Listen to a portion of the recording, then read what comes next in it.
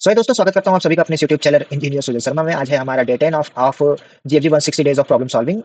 और हमारा क्या है कि आज हमारा डे 10 का क्वेश्चन है कंडेंस एल्गोरिथम। कंडेंस एल्गोरिथम की डिस्क्रिप्शन पढ़ लेते हैं। ये दिया हुआ है कि given an integer array ARR, एक इंटीजर एरे दिया हुआ है ARR, you need to find the maximum sum of सब एरेज।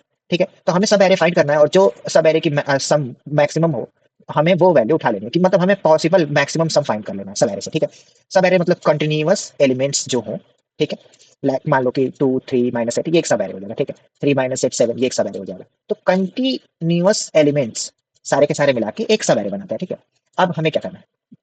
अब हमें सारे के सारे सब एरेज फाइंड करने पड़ेंगे और उन सब एरेज पे हम ऑपरेशन परफॉर्म कर सकते हैं कि फॉर मतलब हम सारे के सारे सब एरेज पहले फाइंड कर लें और उसमें से मैक्सिमम सम निकाल लें। ये तो हो गई ऐसी बात। अब कैडेंस एल्गोरिथम की बात करते हैं। क्वेश्चन को बनाते हैं मीडियम, क्योंकि वो तो इजी सॉल्विंग है।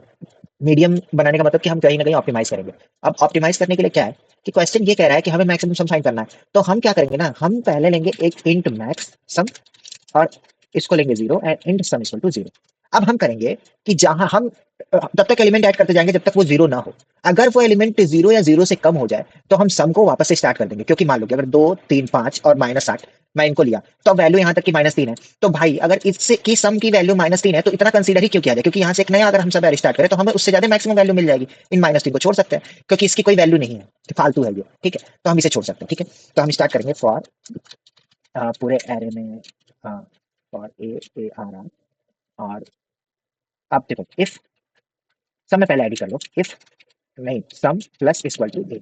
Now if sum is less than, नहीं, if sum is greater than max sum, तो मैक्स सम को, इसका मतलब कि हमें एक अच्छा सा मैक्सिमम सम मिल गया। ठीक है, और if sum is less than zero तो सम को वापस से जीरो से इनिशियलाइज कर दो।